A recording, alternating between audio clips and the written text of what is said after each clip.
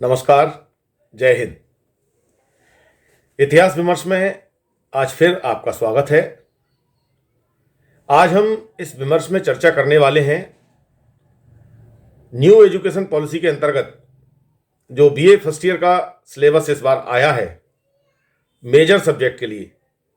आज हम उसमें पहली यूनिट के कुछ पॉइंट्स पर चर्चा करेंगे। जैसा कि हम सभी जानते हैं, अभी नई किताबें मार्केट में नहीं आई हैं। इतिहास में जिन बच्चों ने मुख्य विषय के रूप में, मेजर सब्जेक्ट के रूप में हिस्ट्री को चुना है, उन्हें दो पेपर पढ़ने होंगे, एक मेजर और एक माइनर। तो जो मेजर सब्जेक्ट है उसमें सिलेबस काफी कुछ बदला हुआ है, लगभग सभी बदला हुआ है। पेपर का नाम है आइडिया ऑफ भारत। तो हमें भारत का आइडिया क्या है इतिहास की दृष्टि से, इसमें चर्चा करनी है। और आज हम जिन टॉपिक्स पर चर्चा करेंगे वे टॉपिक्स ये हैं: भारतवर्ष की अवधारणा, कॉन्सेप्ट ऑफ इंडिया, भारतवर्ष को समझना, भारत के पर्यायों की शाश्वतता, भारत की इतिहास दृष्टि। इन तीन बिंदुओं पर आज हम चर्चा करेंगे। और ये तीन बिंदु जो भारत की अवधारणा है, यदि हम भारत की इतिहास दृष्टि देखें, उसकी अवधारणा देखें, तो भारत की अवधारणा जो है उसके आध्यात्म में है, उसके त्याग में है, उसकी नैतिकता में है। ये समूचा जो दर्शन है ये भारत को सामने लेकर आता है। जैसा कि हम सभी जानते हैं, जो भारतीय सभ्यता और संस्कृति है वो दुनिया में चीन और जो यूनान है इनसे लगभग समकालीन है, इनके बराबर की है, बहुत प्राचीन संस्कृति है। तो भारत के इतिहास की दृष्टि अत्यंत प्राचीन जाती है। लेकिन चूंकि लगातार भारत पर आक्रमण होते रहे, लगातार जो आक्रांता आए उन्होंने हमारे इतिहास को नष्ट भ्रष्ट किया। हमारी जो सांस्कृतिक उपलब्धियां थीं, हमारी जो सांस्कृतिक धरोहर थीं, उनको छिन्न भिन्न किया, कुछ अपने साथ लेके भी चले गए। और मोहम्मद गौरी और महमूद गजनवी जैसे जो आक्रांता आए, उन्होंने तो हमारी जो वेद पुराण उपनिषदों से भरी हुई लाइब्रेरियां थीं, उन लाइब्रेरियों तक को नष्ट कर दिया। तो इस तरह से हमारी जो इतिहास दृष्टि है या हमारे जो इतिहास के पर्याय हैं वो हमें इतिहास की, जो भारतीय इतिहास की चिति है, इसमें ही देखना पड़ेगा। भारत में चार चीजों को प्रमुख माना गया है। चार वेद हैं, चार ही आपके काल हैं, चार ही आपके वर्ण व्यवस्था के अंतर्गत पॉइंट्स हैं, चार ही आश्रम व्यवस्थाएं। इस प्रकार से चार प्रमुखताओं के आधार पर भारत को हम समझ सकते हैं, भारत की इतिहास दृष्टि को समझ सकते हैं। सबसे पहले हम बात करते हैं काल की। तो इतिहास में काल को चार भागों में विभाजित किया गया भारतीय इतिहास की दृष्टि से: सतयुग, त्रेता, द्वापर और कलयुग। इन चार कालखंडों में भारतीय इतिहास में, जो हम पुराणों में, उपनिषदों में, वेदों में और महाकाव्यों के अंतर्गत या स्मृति ग्रंथों में जो देखते हैं, इन चार कालखंडों के आधार पर वर्णन मिलता है। तो हम ये नहीं कह सकते कि भारत की इतिहास दृष्टि कुछ नहीं रही। हमारे पास इतिहास की दृष्टि अत्यंत प्राचीन है और भारतीय इतिहास में हमने परंपरा, प्रकृति और आध्यात्म, इसको लेके काम किया। चाहे हम अपने योगा व्यायाम को देखें, नई एजुकेशन पॉलिसी में इस पॉइंट को भी विशेष रूप से सम्मिलित किया गया है, क्योंकि योग और व्यायाम जो है वो बच्चों की संपूर्णता के लिए बहुत आवश्यक है। और भारत की चिति में योग सर्वप्रथम है, सबसे पहले है। हमारी जो आश्रम व्यवस्था थी, हम जिनको चार आश्रमों के रूप में जानते हैं, ब्राह्मण, क्षत्रिय, वैश्य और शूद्र, तो इसमें अगर हम ब्रह्मचर्य आश्रम की बात करें, वर्ण व्यवस्था के अंतर्गत ब्रह्मचर्य आश्रम की बात करें, तो ब्रह्मचर्य, गृहस्थ, वानप्रस्थ और सन्यासी, चार आश्रम हैं। और इन चार आश्रमों में जो पहले 25 वर्ष हैं वे ज्ञान के लिए ही निर्धारित हैं। और ये हमारी प्राचीन परंपरा है ये लगभग मुगल काल तक ये परंपरा हमारी जस की तस बनी रही, कुछ परिवर्तन हुए अत्यंत प्राचीन काल से लेके, तो ये लगातार परंपरा बनी रही। और इसी में 25 वर्ष सभी के लिए ज्ञान के लिए कंपलसरी थे, और उसके बाद के 25 वर्ष गृहस्थ आश्रम में, यानी धनोपार्जन करें, जीवन यापन करें, शादी विवाह करें, संसार की और सारी चीजों में दिलचस्पी लें, उसके बाद वानप्रस्थ, देन संन्यास। तो ये 25-25 वर्षों का कालखंड निर्धारित करके व्यक्ति की औसत आयु 100 वर्ष मान के इस स्थिति का निर्माण हुआ। ये एक दर्शन सामने आया कि भारत में जो आश्रम व्यवस्था है, उस आश्रम व्यवस्था के अनुसार व्यक्ति को जीना चाहिए। तो इसका निर्धारण किया। हम जब आश्रम व्यवस्था पढ़ेंगे उस सारी चीज को हम पढ़ सकते हैं। 4 वर्णों की बात, ब्राह्मण, क्षत्रिय, वैश्य और शूद्र, अगर हम देखें, बहुत से लोग इसका विरोध भी करते हैं कि यह मनुवादी परंपरा है, ऋग्वैदिक कालीन है, और इसके आधार पर भारत को बांटने का प्रयास किया गया, जबकि ऐसा नहीं है। यह वर्ण व्यवस्था है, जाति व्यवस्था नहीं है। और प्राचीन भारत में जब अलिखित संविधान था हमारा, 1950 में हम सभी जानते हैं कि हमें संविधान मिला, लेकिन उससे पहले भारत था, और हम देखते हैं स्वर्णिम भारत हमारा प्राचीन भारत ही है। तो वो कौन सी व्यवस्था थी जिसके अनुसार सब कुछ संचालित हो रहा था, व्यवस्थित चल रहा था? तो वो यही वर्ण व्यवस्था थी। ये 4 पद हैं, ये वर्ण कोई जाति नहीं है। ब्राह्मण का अर्थ पंडित नहीं है, क्षत्रिय का अर्थ ठाकुर नहीं है। ये एक जाति, एक पूरे व्यवस्था के संचालन की दृष्टि से थी कि किस प्रकार से व्यवस्था का संचालन हो, समाज अपने संपूर्णता को लेकर आगे बढ़े। तो ये पद थे। हमने स्वतंत्र भारत में देखा, जब हमें संविधान मिला तब भी 4 ही पद थे, प्रथम श्रेणी अधिकारी, द्वितीय श्रेणी अधिकारी, तृतीय श्रेणी अधिकारी और चतुर्थ श्रेणी अधिकारी। उसी प्रकार ये 4 वर्ण थे, ये भी पद थे। और ये ऋग्वैदिक काल में ये सब परिवर्तनशील थे, कर्म आधारित थे। भारतीय इतिहास की जो दृष्टि है उसमें कर्म आधारित मूल्यों को प्राथमिकता दी गई है। कर्म प्रधान विश्व कर राखा, जो जस करिए सो तत्फल चाखा। गीता में भी हम पढ़ते हैं, कर्मण्येवाधिकारस्ते मा फलेषु कदाचन। और अगर हम महावीर की बातों को देखें, महावीर स्वामी की, तो वो भी कहते हैं कि मनुष्य जन्म से नहीं कर्म से महान बनता है। भारत महापुरुषों का देश है, और महापुरुषों ने हमेशा कर्म के आधार पर ही अपने आप को स्थापित किया है भारत में। तो यह कर्म प्रधानता वाली जो बात है, इसी कर्म के आधार पर ही इन वर्ण व्यवस्थाओं में निर्धारण किया गया था कि जिसमें जैसी योग्यता है वो उस हिसाब से काम करेगा, और अपनी अपने क्षेत्र में काम करेगा, तो दूसरे के किसी अधिकार क्षेत्र में दखलंदाजी नहीं होगी। तो जो ब्राह्मण थे, उनका काम पठती पाठ्यती या व्यवस्था संचालन में राजा को जानकारी देने के लिए हर राज्य में हर राजा के साथ एक ज्योतिषी होता था, जो ब्राह्मण होता था, जो निर्धारित करता था सारी व्यवस्थाओं के बारे में। राजा का काम समाज की सुरक्षा, क्षत्रिय धर्म का पालन करना, हर चीज अपने अपने अनुसार चल रही थी। और वर्ण व्यवस्था का निर्धारण करते समय हमारे जो समाजशास्त्री थे, उन्होंने विराट पुरुष से इसकी अवधारणा की, ब्राह्मणों मुखमासीत।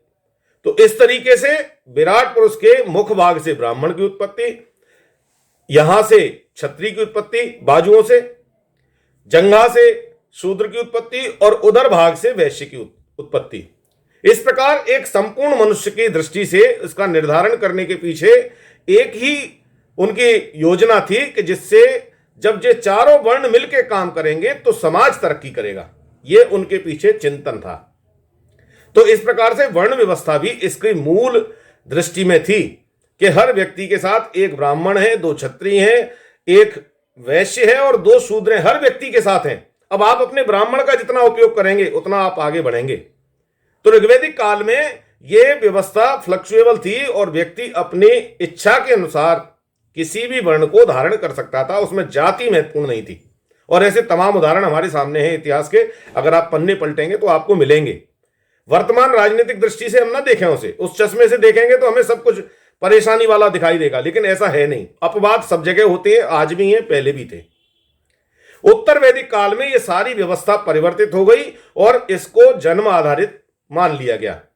तो जहां से व्यवस्था प्रारंभ हुई वो किसी गलत दृष्टि से सोच के नहीं बनाई गई थी। उसका उद्देश्य ये था कि समाज के संचालन में इन चारों वर्णों का महत्वपूर्ण योगदान है और इसलिए ये वर्ण व्यवस्था लागू हुई, जो एक प्रकार से पद सोपान के ही एक आधार थे। अलग अलग किस व्यक्ति को क्या काम करना है, अपने अपने हिस्से का सब काम करते जाएंगे, समाज तरक्की करता जाएगा। तो यही भारतीय इतिहास लेखन की अवधारणा भी रही। इसके बाद वेद हैं, तो 4 वेद हैं हमारे, ऋग्वेद, सामवेद, यजुर्वेद, अथर्ववेद। और प्रत्येक वेद में तत्कालीन समाज की सारी व्यवस्थाओं का वर्णन किया गया है। किस प्रकार से राजा के कर्तव्य हैं, किस प्रकार के प्रजा के कर्तव्य हैं, क्या कौन काम करेगा, कैसे आगे बढ़ेंगे, क्या करेंगे, ये सारी व्यवस्था में वेदों में, उपनिषदों में, पुराणों में, ये सब में मिलती है हमें। तो इस प्रकार हम देखेंगे भारतीय इतिहास की दृष्टि उसके वेदों में, उसकी वर्ण व्यवस्था में, उसकी आश्रम व्यवस्था में, उसके पुरुषार्थ में, पुरुषार्थ को भी इसमें महत्वपूर्ण माना गया है, जो भारतीय इतिहास लेखन की अवधारणा है। अगर हम पुरुषार्थ नहीं करेंगे तो आगे कैसे बढ़ेंगे? अगर एक राजा का लड़का भी है और वो पुरुषार्थी नहीं है तो समाज उसको स्वीकार नहीं करेगा और एक निश्चित समय के बाद वो बाहर हो जाएगा, जो मुख्य धारा है उससे। तो पुरुषार्थ भी 4 बताए उन्होंने, धर्म, अर्थ, काम, दैन, मोक्ष। ये 4 पुरुषार्थ हैं और पुरुषार्थ के लिए यानी मोक्ष के लिए ही सारे कामों को करना है, सारे क्रियाओं को करना है, क्योंकि अंतिम लक्ष्य निर्वाण मोक्ष को ही माना गया है भारतीय इतिहास की दृष्टि में। तो मोक्ष को प्राप्त करना है तो इन 4 कार्यों को पहले प्राथमिकता के आधार पर ईमानदारी से करना पड़ेगा और उसमें भी सबसे पहला है धर्म। धर्म अर्थात धारण करना, धार्यति इति धर्म, जो आपने धारण किया है। धर्म का अर्थ हम लोग पूजा पद्धति से मान लेते हैं, पूजा पद्धति धर्म नहीं है। धर्म का अर्थ नैतिकता से। भारत में सबसे पहली लिखित व्याख्या धर्म की सम्राट अशोक ने की थी अपने धम्म अभिलेखों में। सम्राट स्वयं बुद्ध धर्म को मानने वाला था, लेकिन उसने अपने किसी भी शिलालेख में बुद्धम शरणम गच्छामि, धम्मम शरणम गच्छामि, संघम शरणम गच्छामि नहीं लिखवाया। तो उसने लिखवाया क्या? उसने लिखवाया अनारंभो प्राणायाम अभिसा भूतानाम माता पिता शुश्रूषा तेर शुश्रूषा गुणापचति। माता पिता की सेवा करो, वृक्ष लगाओ, पेड़ पौधे लगाओ, कुएं तालाब बावड़ियां खुदवाओ, धर्मशालाएं बनवाओ, भूखे को भोजन कराओ, प्यासे को पानी पिलाओ। ये सारी की सारी चीजें अशोक ने अपने धम्म अभिलेखों में लिखवाई हैं। अर्थात नैतिकता, नैतिकता भारतीय इतिहास की चिति में है। हमने अनैतिक कार्यों को स्वीकार कभी नहीं किया। और नैतिक कौन से? जिनसे दूसरे का अनादर न हो। ऐसा कोई काम नहीं करना कि मेरी इच्छा है इसलिए मैं जो कुछ करूंगा वो नहीं, सामने वाले को उसका कोई परेशानी नहीं होना चाहिए। यह भी भारतीय इतिहास की दृष्टि है जो अशोक ने अपने धर्म शिलालेखों में लिखवाई है।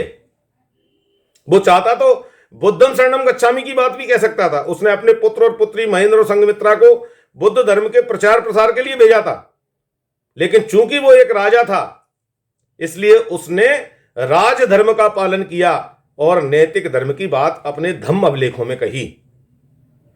भारत का इतिहास सदियों से धर्म सापेक्ष है और पंथ निरपेक्ष है और हमारे भारतीय संविधान में भी यही बात विशेष रूप से लिखी गई है कि भारत एक पंथ निरपेक्ष राष्ट्र है, धर्मनिरपेक्ष नहीं। धर्मनिरपेक्ष तो बाद में जोड़ दिया गया।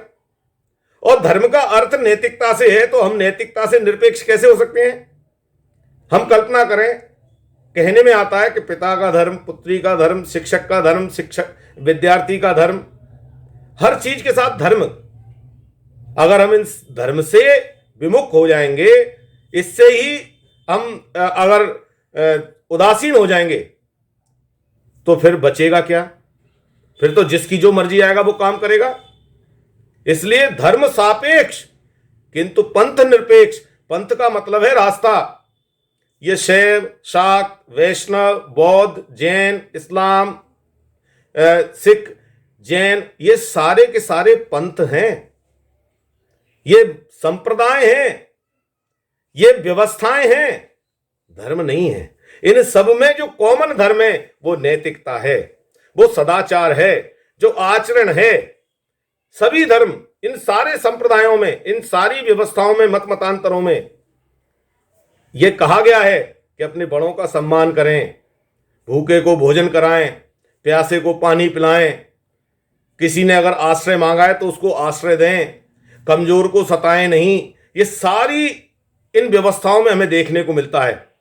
और बड़े बड़े जब आयोजन होते हैं तो हम देखते हैं कोई लंगर लगा रहा है, कोई दान कर रहा है।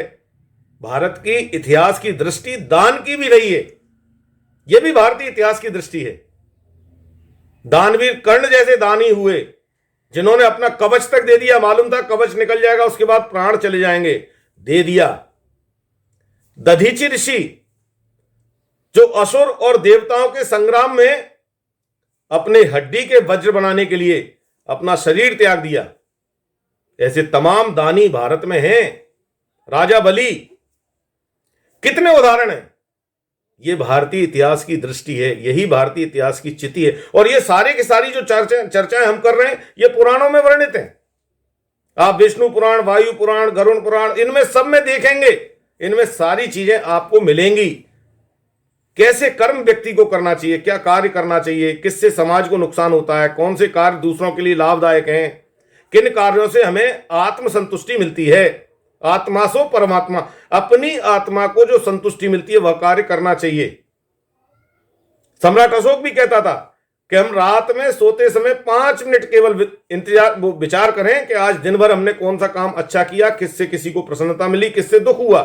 और यदि हम ऐसा नैतिक रोजाना करते रहेंगे नियमित, तो एक समय आएगा कि हम किसी को परेशान करने वाली किसी भी बात को, चाहे वो मनसा वाचा कर्मणा कैसे भी हो, हम नहीं करेंगे। यही भारतीय इतिहास की दृष्टि है, यही भारतीय इतिहास लेखन की अवधारणा है। इतिहास लेखन में भारत लिखने की दृष्टि से पीछे हो सकता है, लेकिन भारतीय जितने भी मनीषी हुए, जो भी हमारे यहां परंपराएं रहीं, वो इतिहास में कभी कमजोर नहीं रहीं। और इसीलिए जब हमें सिंधु घाटी सभ्यता के बारे में जानकारी मिलती है भारतीय संदर्भों में, तो हमें एक व्यवस्थित पूरा कालखंड दिखाई देता है। और हम देखें तो प्रकृति पूजा का जो प्रमाण सिंधु घाटी सभ्यता में मिलता है, हम आज भी उसको जी रहे हैं। चाहे वृक्ष पूजा के संदर्भ में हो, नदी पूजा के संदर्भ में हो, सूर्य को अर्घ देना, अभी हमने मकर संक्रांति मनाई है, छठी मैया की पूजा करते हैं। सूर्य को अर्घ देना हो, चंद्र को अर्घ देना हो, पहाड़ों की पूजा करनी हो, पर्वतों की परिक्रमा देनी हो, ये सारी की सारी प्रकृति के साथ जोड़ने की बात भारतीय इतिहास में है। प्रत्येक देवी देवता आप जिसको देखेंगे, गंगा के साथ मगर है, भैरव के साथ कुत्ता है, दुर्गा के साथ शेर है, शिव के साथ नंदी है, गणेश के साथ चूहा है, कार्तिकेय के साथ मोर है। तमाम ऐसे जितने भी पशु पक्षी हैं, उनको एक एक देवी देवता के साथ जोड़ दिया। और ये देवी देवता के साथ जोड़ने के पीछे उद्देश्य क्या है? पूजा करना उद्देश्य नहीं है। उद्देश्य क्या है कि अगर आप इनमें से देवी देवताओं को मानते हैं तो उनके वाहनों को आप नुकसान नहीं पहुंचाएंगे। और यदि हम एक दूसरे का नुकसान नहीं करेंगे तो पर्यावरण संतुलित रहेगा। पर्यावरण में जब असंतुलन आएगा तो उसका प्रभाव किस पे पड़ेगा? मानवता पे पड़ेगा।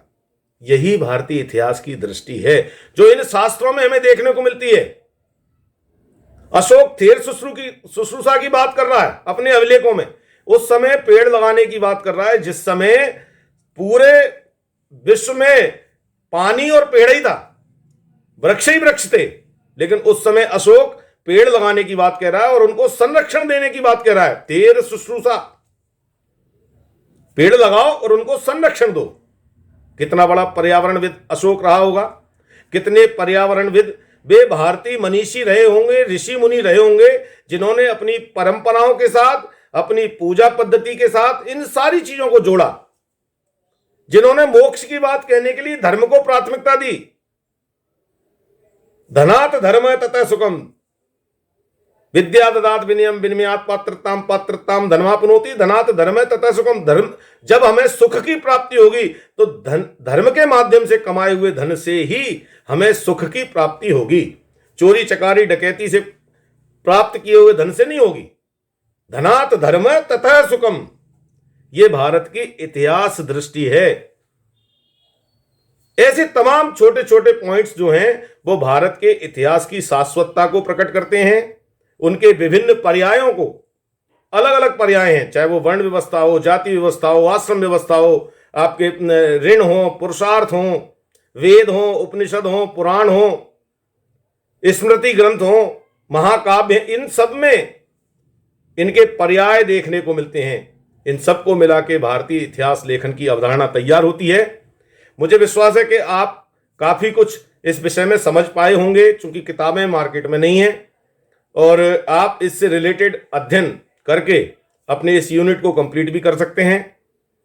आपको ये वीडियो कैसा लगा, ये जानकारी कैसी लगी, क्या आप इस विषय में जो आपकी समस्याएं थी वे पूरी हो सकें? अगर आपको इससे संबंधित कोई और भी क्वेश्चन करना है तो आप कमेंट्स बॉक्स में जाके मुझसे बात कर सकते हैं, अपनी विषय को, जानकारी को लिख सकते हैं। आपके और मित्र जो इस वर्ष बीए फर्स्ट ईयर में बैठ रहे हैं पूरे मध्य प्रदेश में कहीं भी, तो आप इस वीडियो को उनके साथ शेयर कर सकते हैं, क्योंकि फर्स्ट पेपर अभी है नहीं, सीसी के एग्जाम देने हैं, तो आप इसके आधार पर अपने सीसी तैयार कर सकते हैं। भारतीय इतिहास लेखन की अवधारणा क्या है, इतिहास की दृष्टि क्या है, उसमें जो भारतीय इतिहास के पर्याय हैं उनकी शाश्वतता क्या है, कैसे आगे बढ़ते हैं, ये सारी की सारी चीज़ों पे आप इसमें चर्चा कर सकते हैं। क्योंकि समय का संकोच है और एक वीडियो में हम ज़्यादा बात नहीं कर सकते, तो मैं केवल छूते हुए इन विषयों को आपके साथ यहाँ इस इतिहास विमर्श में आया हूँ। आगे आने वाले वीडियोज़ में हम और भी चर्चा करेंगे। यदि आपको पसंद आएगा तो मैं अन्य चैप्टर्स पे भी चर्चा करूँगा। आपने यदि अभी तक इतिहास विमर्श को सब्सक्राइब नहीं किया है तो ऐसी तमाम अन्य जानकारियों के लिए, अन्य वीडियो के जानने के लिए आप इतिहास विमर्श को सब्सक्राइब करें, साथ ही साथ बेल आइकन पर जाएं और ऑल के ऑप्शन पर भी पुश करें, जिससे आपको इस चैनल के माध्यम से जो भी नोटिफिकेशन सबसे पहले दिए जाते हैं वो आपको मिले। आपका दिन शुभ हो। बहुत बहुत धन्यवाद। जय हिंद।